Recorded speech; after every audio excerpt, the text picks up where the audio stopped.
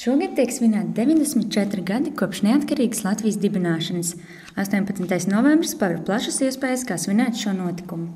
Es dzīvoju Valmierā, un tad parasti ar ģimeni braucam uz laukiem, un mēs parasti cepam kūku, un tā kā viss kārtīgi svinam.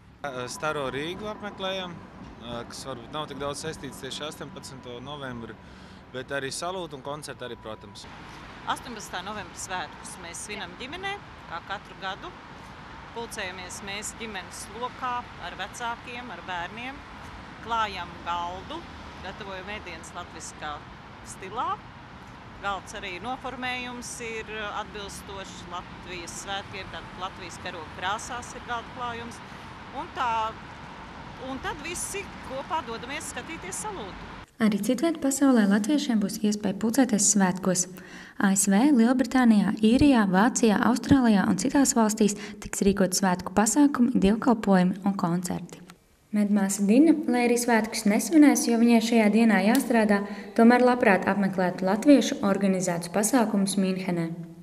Iespējams, ka paņemti pārsli, jāsaka, padusē un nevis aiziet uz to tikšanos, kur tie latvieši tiekās. Apstītos vienreiz dzīvē, kā tur tā kompānija ir. Tāda varētu būt svinēšana, bet tā kā man tas viss atkarīgs.